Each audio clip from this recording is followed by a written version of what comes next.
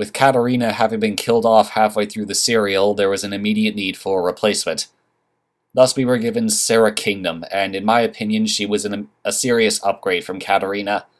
A security agent from the year 4000, Sarah Kingdom was the first of only a handful of female companions to serve as the Muscle, a role which during the Black and White era was reserved for the male companions and in later years would be reserved for the Doctor himself.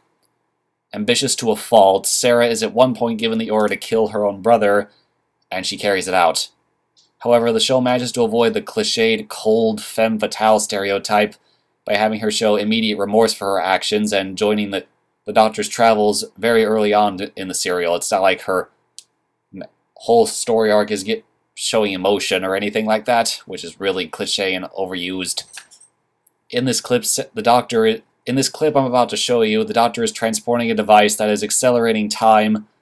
He's trying to get away from an enemy, and Sarah refuses to leave his side and wants to help him despite the danger to herself. It's not far now. Sarah! Keep going! The Daleks must be after us by now! The time destructor is turning! You think I don't know?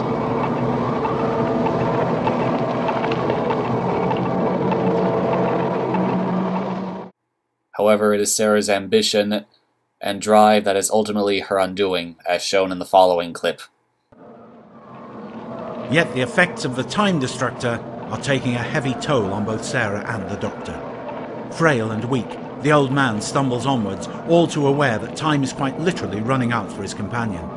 At last, they see the TARDIS ahead, but the Doctor can barely stagger a few more steps before he falls to his knees, unable to go on.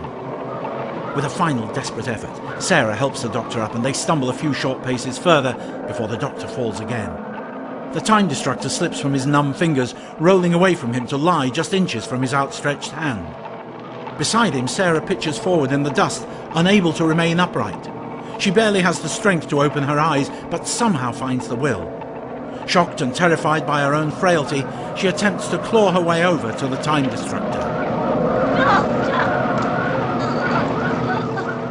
The last of her strength gone, Sarah falls and lies still.